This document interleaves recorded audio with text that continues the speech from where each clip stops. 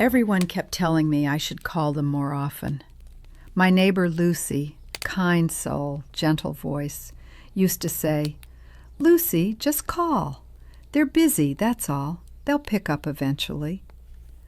I followed that advice for 2 years. 2 full years I did exactly that. And do you know what happens when you keep calling people who are always too busy to call you back? Little by little, you begin to feel like an unpaid invoice they keep meaning to deal with. Something left on the counter that makes them feel faintly ashamed each time they notice it and walk by. I didn't want to become that. I had spent 93 years being a real, full human being. I was not about to spend whatever remained of my life turning into a quiet reminder of someone else's neglect. So I stopped calling. Not out of anger. I want to say that plainly. I know anger. I have held it before, tasted it, kept it too long, and learned that if you don't spit it out, it settles into you like poison. This was not anger. It was something calmer than that, something lower and steadier. And if I'm being truthful, it was something I should have discovered decades earlier. But I'm rushing ahead. Let me begin where this part began, or rather, the beginning of this chapter, because when you reach 93, life no longer feels divided into beginnings. It feels divided into chapters. Some of them you would gladly skip if given the chance. It was a Wednesday. I remember that clearly because I had made soup. Not canned soup. Not one of those powdered instant things my daughter-in-law likes to bring me as if I've forgotten what a kitchen is for. Real soup. Chicken, carrots, celery, onion. Broth that takes patience and attention to get right. I had been standing for 3 hours. My knees complained every time I shifted. My back had been making its usual remarks all morning. But the soup turned out beautifully, and I thought, I'll call my son. He's the younger one. He lives about 40 minutes away. I'll call and say, "Come have lunch. I made soup." Because that is what I used to do. That is what mothers do. You make something nourishing, and your first instinct is to share it. He didn't answer. I left a message. I told him lunch was ready if he felt like coming. I kept my tone light. I know how to make things sound light. I've had a lifetime of practice. I didn't say I haven't seen you in 6 weeks. I didn't say your father has been gone for 4 years, and there are days when I don't exchange a single word with another living soul. I just said soup. Come by if you want. He texted 3 hours later. Sorry, Mom. Crazy week. Next time. Next time. I stared at that message longer than I care to admit. I stared at it the way you stare at something that ought to carry warmth, but somehow doesn't. It had the texture of bread that's been left out too long. Still bread, technically, but no softness left in it. Then I switched off my phone, sat down at the kitchen table, and ate the soup by myself. It was delicious. I made a point of noticing that. That was the day something in me moved. I didn't cry. I had already done enough crying in the months before, quietly in the bathroom where no one could hear me, though truthfully, there was no one to hear me anyway. I had cried for my husband, for the man who had left this world 4 years earlier on a gray morning in November, so ordinary it felt obscene that such an ordinary day could contain something so devastating. I had cried for the life we built together, 58 years, 2 months, and 11 days. Not that I was counting. Except, of course, I was. I always was. I cried because I no longer knew how to be a person inside a house that had once contained 2 lives and now held only 1. I cried because loneliness had taken on a shape I didn't yet have words for. But that Wednesday, the soup, the message, the silence afterward, I didn't cry. I had moved beyond that particular stage of sorrow. I had entered something harder, and oddly enough, something more useful. I should be honest about what I mean when I say my children ignored me. Ignored is not a simple word. It makes the whole thing sound crueler and cleaner than it really was. They did not ignore me the way you ignore a stranger. They ignored me the way people ignore things that do not feel urgent. The way you ignore a loose floorboard that hasn't broken yet. The way you ignore a bill that isn't due until next week. I had become background noise. Loved background noise, but background noise all the same. If something serious had happened to me, they would have been shattered. I know that. My son would have collapsed under the weight of it. My daughter, she lives in another state, a reality that has always felt a little more like a decision than a distance, would have boarded the first plane and cried at my bedside with total sincerity and complete uselessness, because by then it would already be too late. No one tells you this part about old age and motherhood. Your children do love you. The love is real. It's just badly scheduled. It arrives at funerals, in hospital rooms, at Christmas dinner, on milestone birthdays. During the rest of the year, you are left largely to yourself. For a while, and I'm embarrassed by this, though I promised honesty, I tried to make myself smaller so I would fit more neatly into the edges of their lives. I stopped mentioning that the front steps were getting harder for me. I stopped telling my son the upstairs faucet had been dripping for months because I couldn't bear becoming a task again. I stopped asking my daughter to visit because she always agreed with such bright enthusiasm and then postponed with such guilty tenderness that the whole process left me feeling worse than if I had never asked at all. I perfected the phrase, "I'm fine," in exactly the tone that required no follow-up. Women from my generation were trained into that skill. We carry it well. It has never done us much good. But there is a price to shrinking yourself. People rarely name it, so I will. If you keep trying to become small enough not to trouble anyone, eventually you vanish. Not to them exactly. To them you still exist. You are still their mother, still the person they'll call at 2 a.m. when their marriage is splintering or their child has said something cruel and unforgettable. But you disappear to yourself.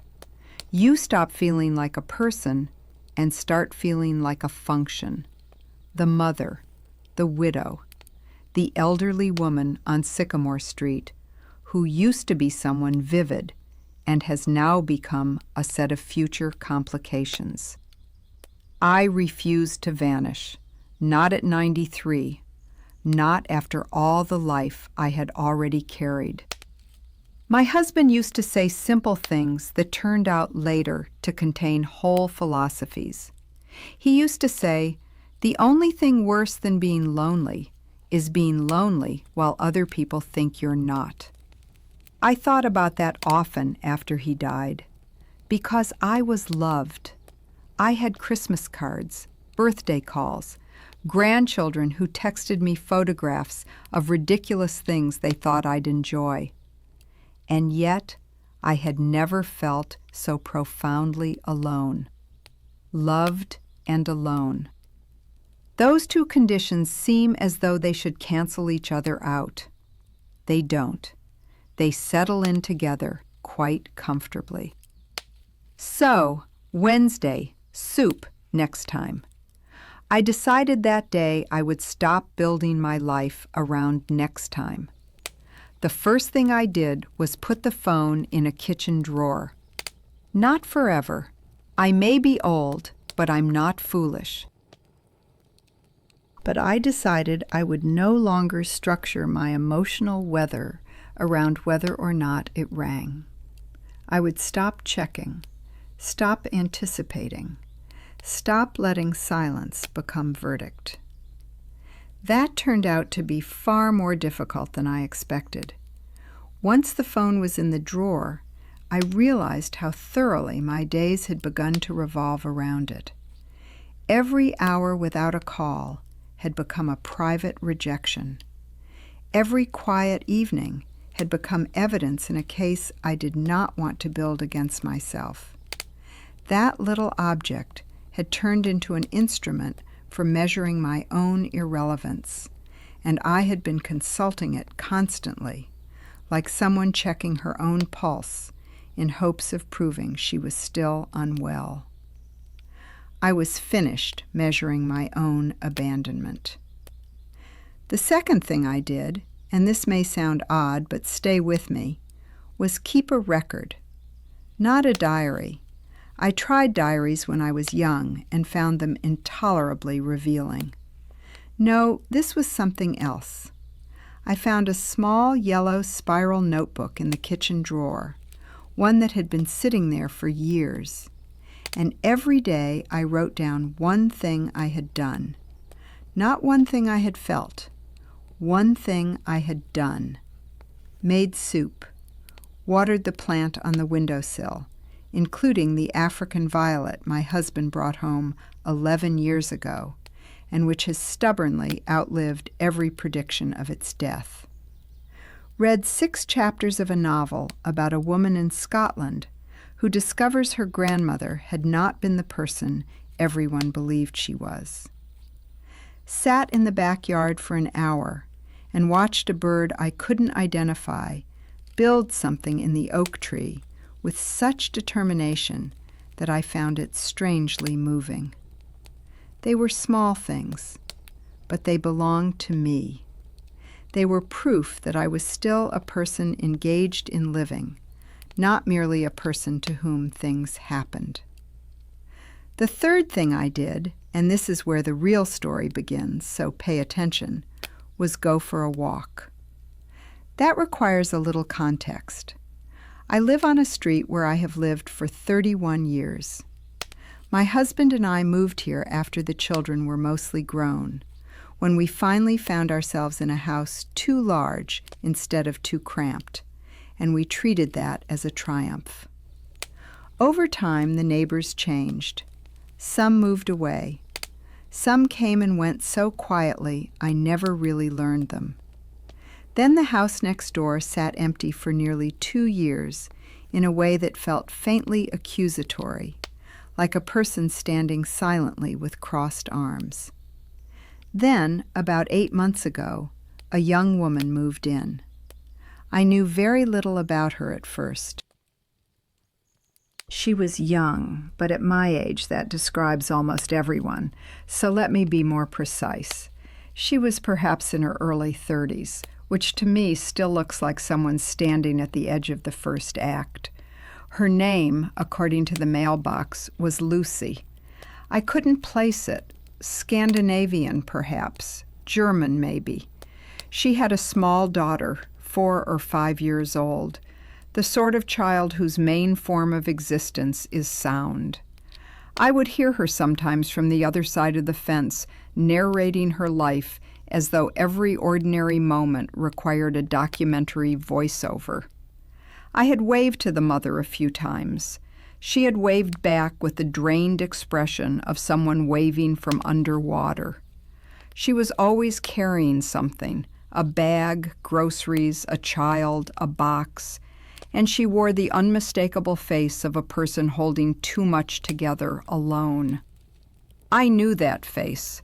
I had worn it myself years earlier, when my children were small and my husband worked long hours and every room in the house contained some fresh emergency. I knew what it meant to be that tired.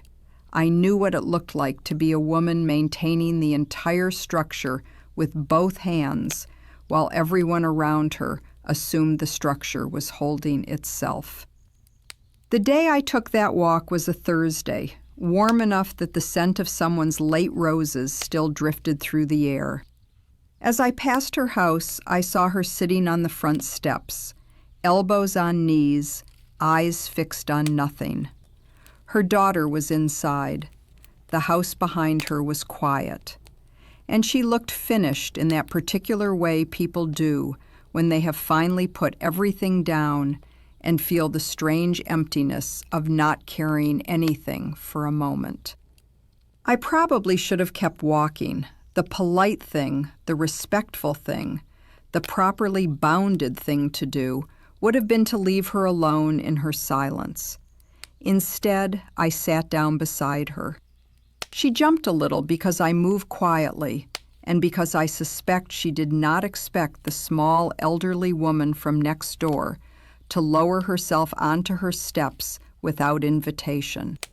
I said, "You look like someone who could use 5 minutes without anyone asking anything from you." She stared at me, then said, "That may be the truest thing anyone has said to me in months." We sat there together for a while without speaking. The roses smelled lovely. The light had turned golden in that September way that makes everything look, for a few minutes, as though it might still be worth saving. Then she began to talk. At first, it was not about anything grand, just the ordinary sorrow of a life that had become heavier than expected. She had moved here after a divorce. Nothing explosive, she said, and that had somehow made it harder. Just 2 people who had gradually forgotten how to be kind. Her family lived far away. Her daughter's father was involved in the technical sense, every other weekend, on schedule. But the emptiness between those weekends was vast, and she filled it with work on one side and worry on the other. She was tired in the kind of way that sleep does not solve, and she had been tired for so long that exhaustion had begun to feel like identity. I listened. I know how to listen. I knew how long before the world began pretending it had discovered listening as a skill. Women of my generation listened the way we breathed, automatically, constantly, with no expectation of applause. When she finished, she looked embarrassed, as if she had spilled something. "I'm sorry," she said. "I don't know why I just told you all that." "Because I sat down," I said, "and I didn't ask anything of you." She laughed then, a startled laugh, the kind that comes out before you have time to decide whether something deserves laughing at. I liked her instantly for that. Her daughter's name was Lucy, too. At least that is what I began calling her in my head. The child came to the door a few minutes later and looked at me with the fierce, direct curiosity that only very small children and very old women are ever allowed to use openly. She said, "Are you old?" Her mother began, "Lucy," in that warning tone mothers use. But I said, "Extremely." The child nodded, satisfied, as though I had answered correctly. Within 2 weeks, she was coming by my house after school, not because anyone formally arranged it, not because there were schedules or discussions or color-coded expectations. It happened naturally, the way useful things often do when 2 people are each missing something different and realize the missing pieces happen to fit. Her mother needed someone steady for an hour in the afternoon. I needed the company of another human being for any amount of time at all. That child was astonishing. I choose that word deliberately. I am not easy to astonish. She was curious in the relentless, serious way children are when adults have taught them their questions matter. She once asked why my hands looked different from her mother's hands. I told her that hands change when they have spent 92 years doing work. She took my hand, turned it over with the concentration of a miniature doctor, traced the veins with one finger, and said, "It looks like a map." I nearly tipped out of my chair. We baked. She had never made proper cookies, which I found remarkable. Not disappointing, just remarkable. We made oatmeal raisin cookies. She ate 4 before they had properly cooled, and then denied having eaten any of them, which delighted me. We read together.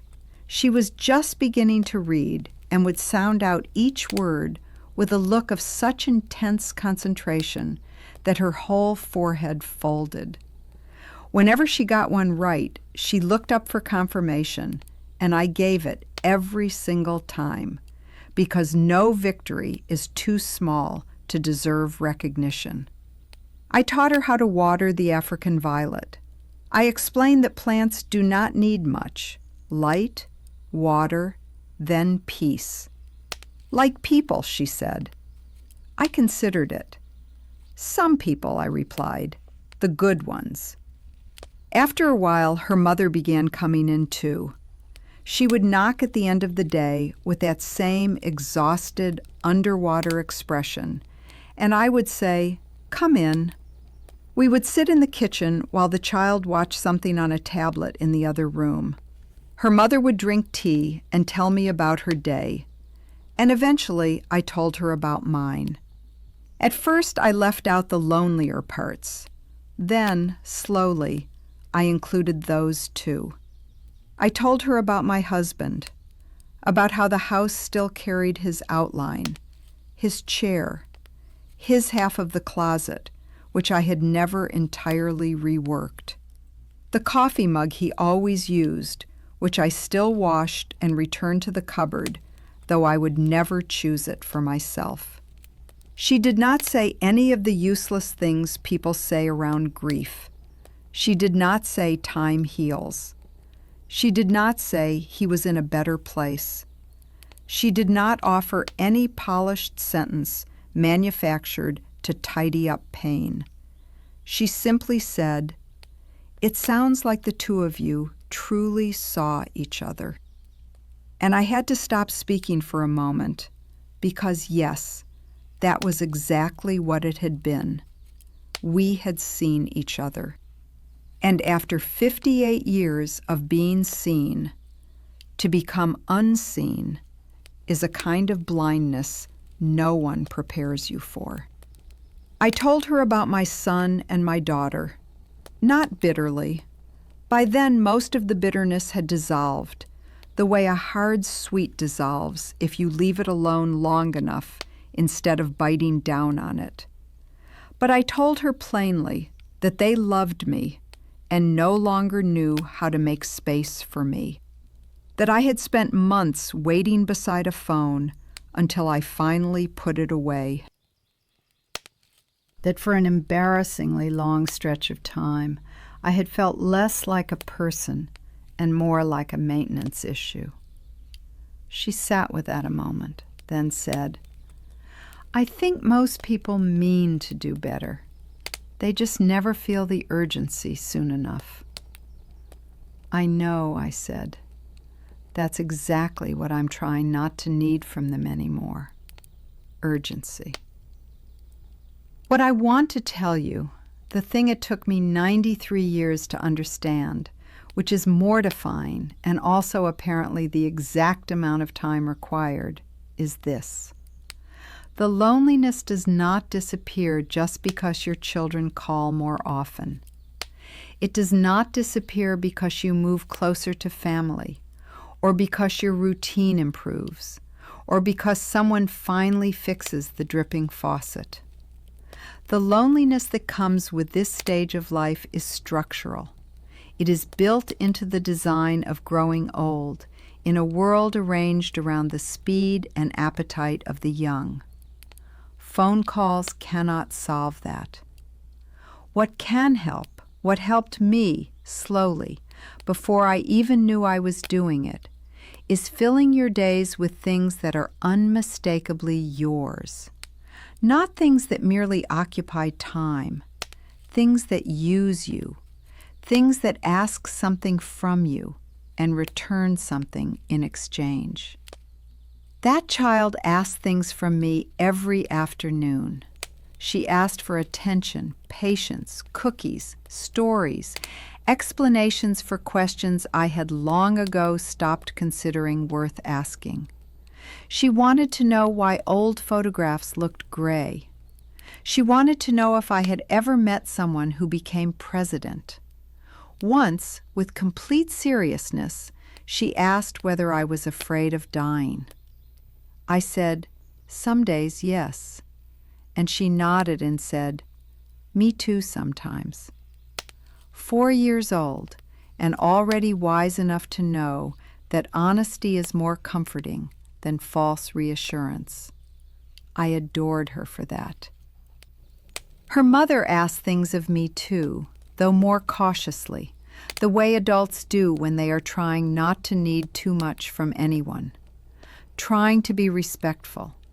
Trying not to place demands on a 93-year-old woman who has, by all cultural logic, supposedly earned the right not to be needed anymore. But I was not looking for freedom from being needed. I was looking for usefulness. Those are not the same thing. She began asking me how to make bread because she had never learned and wanted to try. She asked whether she was being too gentle or too strict with her daughter over one habit they were working on. She asked for the opinion of a woman who had raised children, not the advice of a screen, a trend, or a podcast.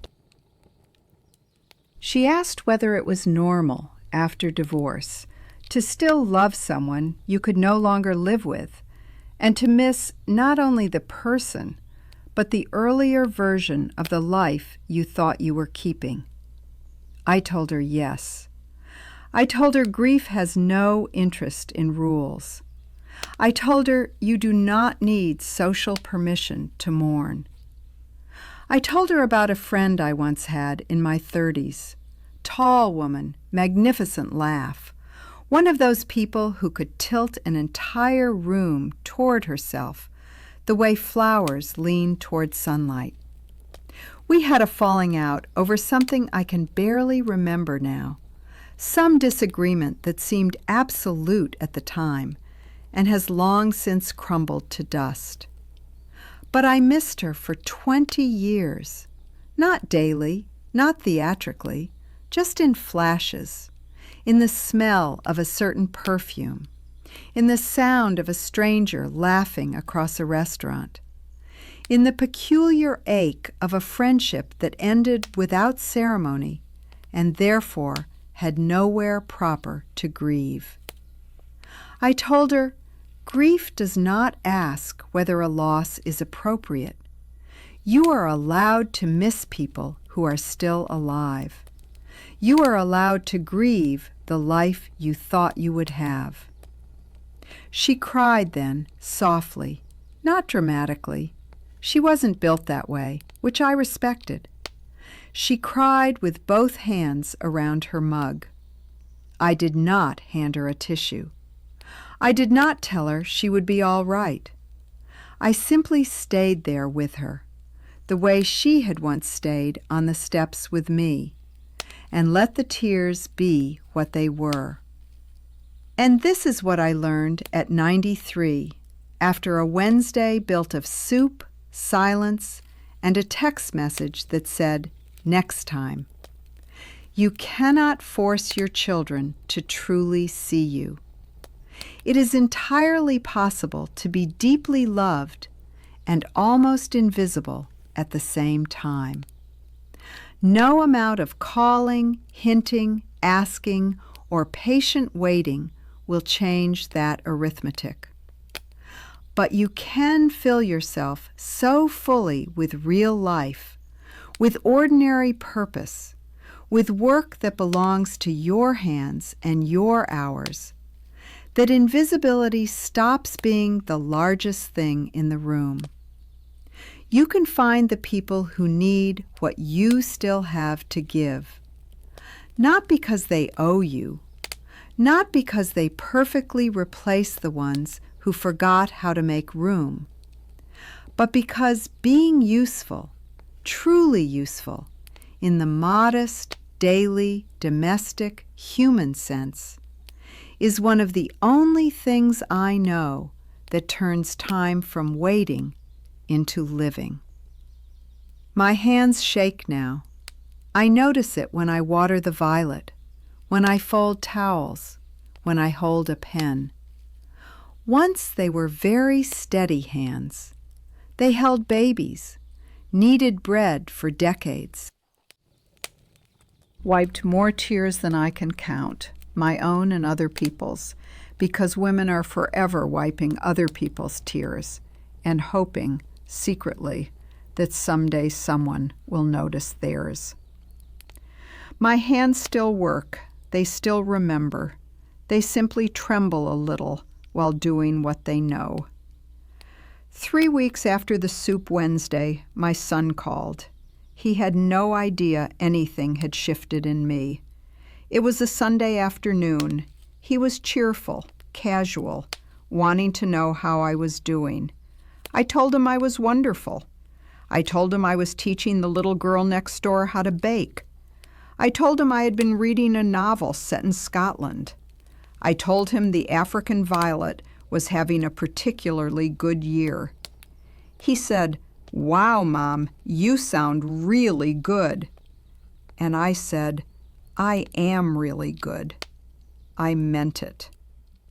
He came over for lunch the following weekend, not because I invited him, not because guilt pushed him there, because something in my voice had changed. I could hear it myself afterward. I no longer sounded like someone waiting to be remembered. I sounded like someone occupied with living. And people are more drawn to a life already in motion than to a silence asking to be filled.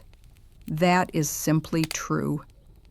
He brought his younger daughter, my granddaughter, 7 years old, with her grandfather's stubborn streak and her mother's smile, a combination likely to serve her magnificently in life and terribly in arguments.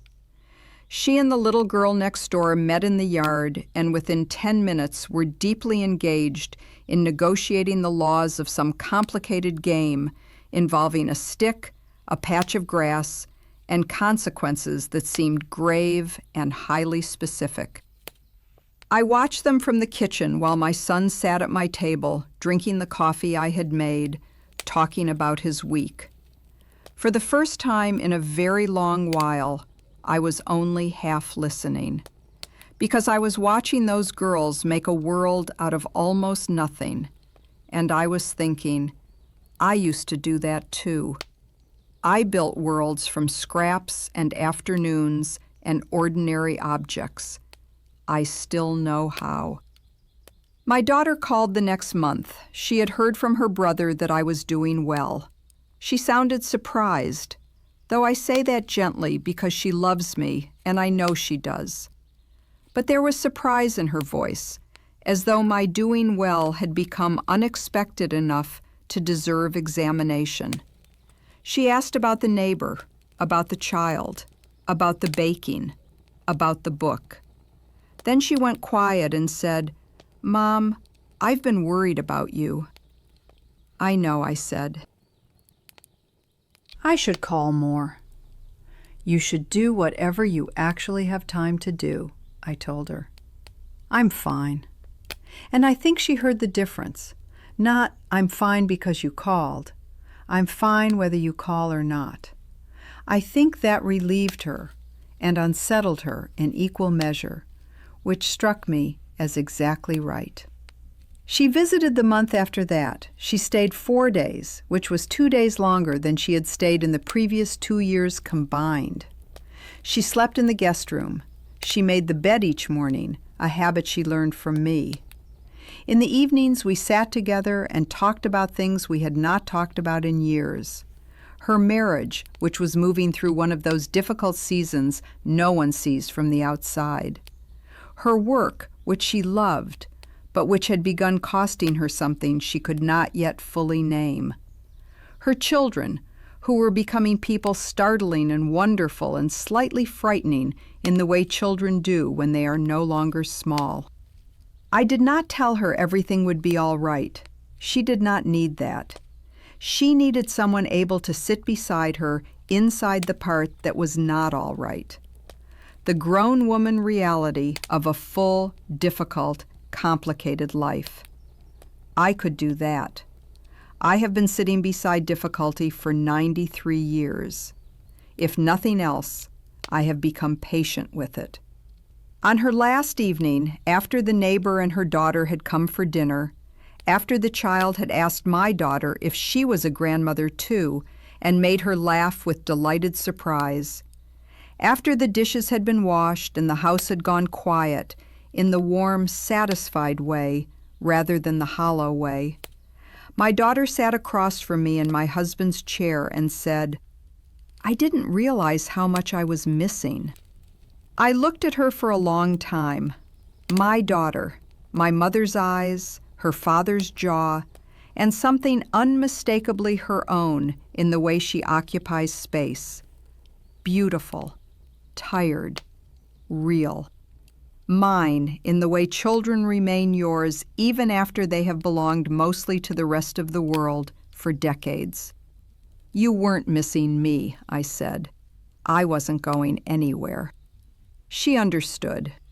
I didn't mean I was disappearing. I meant I wasn't nowhere. I had been here all along, still am, and I intend to remain fully, specifically, usefully here until I am not. I am 93 years old. I have buried my husband, my parents, 2 dear friends, and a former version of myself that could not survive what came next. I have made soup no one came to eat. I have sat beside silent phones in kitchen drawers. I have felt the peculiar chill of being both loved and forgotten at the same time. And I learned, late but not too late, never too late, that a woman still engaged in building something becomes very hard to overlook, not because she insists on being seen, but because she becomes too busy being alive to keep checking whether anyone is looking. Build something, anything. Find something that needs you tomorrow, and then, if they come, your children, your grandchildren, the people you love who got so busy they forgot that busy is often another word for chosen. If they come, you will have something real to place before them. Not your loneliness, not your waiting. Something made by your own hands, even if those hands tremble, even if those hands are 93 years old and full of memory. That is all I have to offer. I don't know whether it counts as wisdom. It is simply what happened to me.